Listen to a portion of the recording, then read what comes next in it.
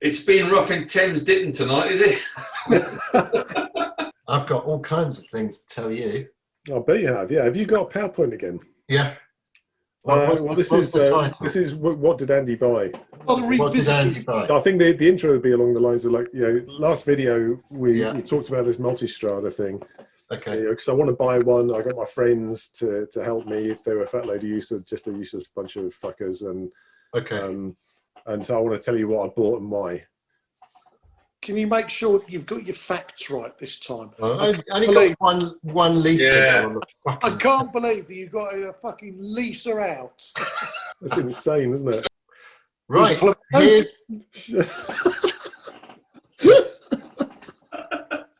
how hard can it be just to cue someone in to... Part 2 of shall I buy a Multistrada V4 or not? So for those of you who watched our other video, you'll know some of the background, and I've got some news for you. And not only that, I've got another PowerPoint as well. I'm sorry, but it's I hope that's all right, Andy. Can you cope with that, boys? We love your PowerPoints, Andy. We love our PowerPoints. Yeah. Never seen the like. So this is Bike Buying Bollocks 2. And as you'll remember from last time, if you haven't seen it, or if you didn't see it, it was a question of whether I spent 23.5 grand on a new Ducati V4S. And I've given this a lot of thought, because actually, quite genuinely, the comments you made last week did set my mind thinking. And I think Rick said more than once, well, Andy, it depends what you want it for, which is actually, of course, the main point. And I thought, actually, what do I want it for? And actually, really, I need 2 bikes, a sensible one for business use, genuinely, because I do a lot of business travel, and 2 up touring, and the silly bike for blatting about, and a bit of 1 up touring. And of course, previously, I did have that combination. I had my K16, and then I had the KTM GT. And of course, my situation changed. I couldn't have 2 bikes, and I went to the 1290. But of course, now I've got the Aprilia, haven't I? That's true. So the other bike can afford to be a sensible one. It doesn't have to be a sports adventure. Honda. You've got to have a Honda. Goldwing. Have a Honda. Goldwing. Yeah, Goldwing. So this is the bike that has to do 2 up touring, business use. It's a sensible bike. So what have I decided?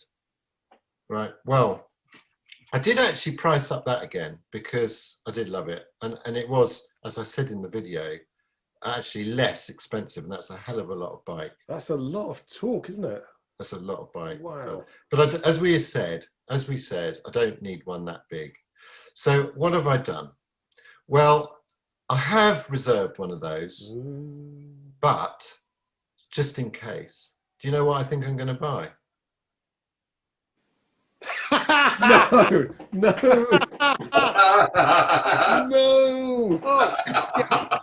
You can't do that. Yes. Well, the trouble is that if we go on tour, you're just going to say, mine's got this, mine's got that, but then yours won't have all the fucking fancy toys, and mine's having a colour-coded fucking frame. Oh my God.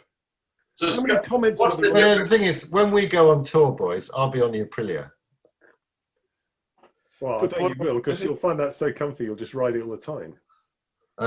And it is good. I mean, I've got a GS already, don't you?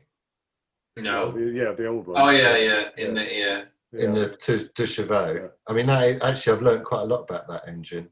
So, so this is serious then. You're actually going to do this, are you? Yeah. Well, you're going to test it. I've got to test it. I did see all the comments coming in from our amazing viewers asking why wasn't a GS on the list, and we said, well, because Scully has one and nobody else would want one because he's to get out the door. They are. You rode one in New Zealand a few years ago and you loved it. I did. You're right. 2 weeks around New Zealand, and I wasn't disappointed. I think it was just this mental block about the type of people. What's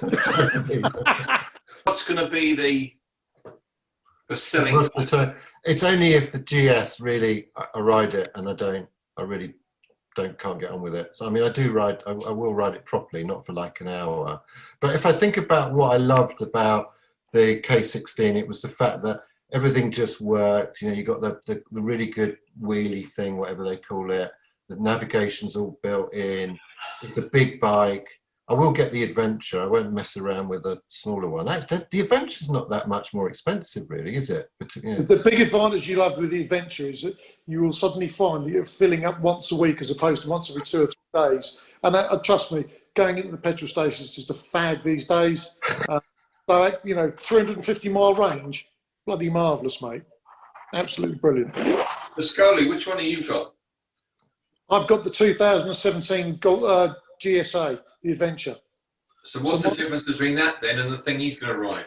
That's going to be the new one is a little bit more powerful. It's about 136 brake horsepower. I may be out 1 or 2 horsepower there in case any reader or get something. Yeah, we'll get comments on that. Can we get precise? I think it's about 136. It's got variable valve timing as well. I haven't done much research because I wasn't going to buy one. Essentially, it's the same. What is interesting is 2 things. One I read today was somewhere in the world they are recalling all the GSs for the brakes because they went away from Brembo and they're going back to Brembo now. Are they? The American one. So the BMW ones were wank. Really? And so they're going back to Brembo, which you might want to do some research on. Thank you. And the other thing is Visor Down did a review of the V4 versus the 1250 GSA. Saw that. Interestingly enough, I thought, is they liked them both, but they put the Ducati down more as a tourer and the Adventure down more as an explorer. Whether there's much difference in it, I don't know. I mean, it's a bit like having a BMW X5 and a Land Rover. They both do the job adequately on the road, off-road, but one does it better on road, one does it better off-road. It's horses for Well, horses. I wouldn't take the GSA off-road, although I do a bit of off-roading, as you know. I wouldn't say that's an off-road bike.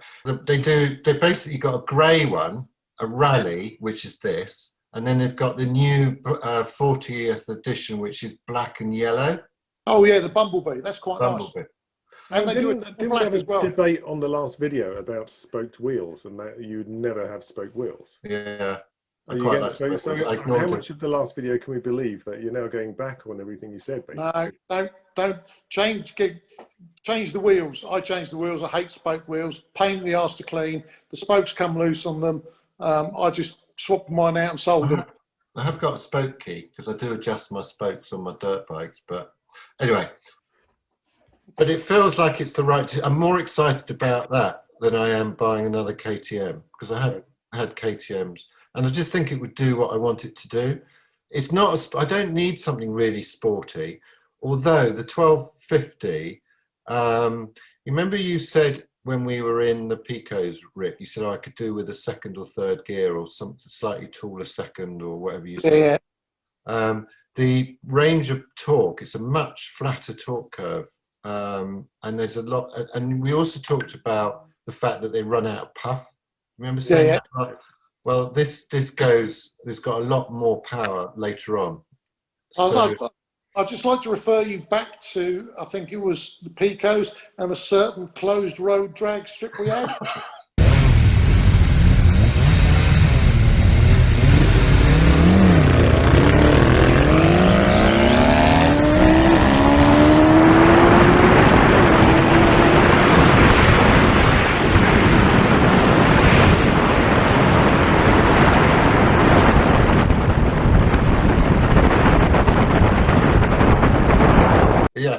We might be able to find that for the viewers. If they look at it, that was mine. Needed a bit of a run up, but it fucking well. So that's the news. And actually, I've now overcome that hump of not wanting to be a GS owner. Actually, I think more I think about it, the better I feel. It's going to be hard for me. Can you do me a favour? Please do not buy a BMW rally suit and B, fucking tin cans for the back. Do not buy metal panniers. Oh, no. Buy the Krieger ones. test mine if you want to, but they are the fucking dog's bollocks, mate. Yeah, yeah. So The tin cans and the navigator suit. Don't worry, I won't be doing that. I'm just a bit worried about this now because Scully's now going to be sad because he's going to have an old one and you'll have a new one. No, mine. I won't be sad, mate. You wait till you see mine. Mine's getting blinged up to the hilts. No, I suppose you're getting powder-coated pink crash bars on it. He's got the Denali lights. He's got the super bomb horn. I've looked at all the options. Oh yeah. If I could.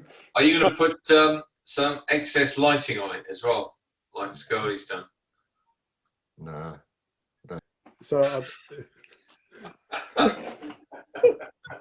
just like to point out: is our viewership going to go down now that somebody else has got a BMW? probably is, yeah, probably is. So yeah. Andy, so with the Multistrada, right? So why would you choose the GS? Oh, it's not that much of a price difference in like PCP terms, right? No, not. Versus this all singing, all dancing Multistrada with all of its farkles on it. Could it be known reliability? Well, my GS fell apart, if you remember. I know, and the Ducati thing was prone to fucking falling apart as well. Wasn't it? Yeah, that was all electronic stuff. I had to go back for all sensors and things. Yeah, let's face it. Your GS didn't fall apart. You took the dealership. You had a first generation 1200. That fell apart. Yeah, the brakes failed on it. Talking about brakes. Don't buy first generation anything. Don't buy for I mean, the only thing first generation you've got that's not falling apart is your wife. I think the Multistrada just didn't feel like a 23 grand bike, whereas I think a BMW Adventure does actually feel like you're getting quite a lot of bike for your money.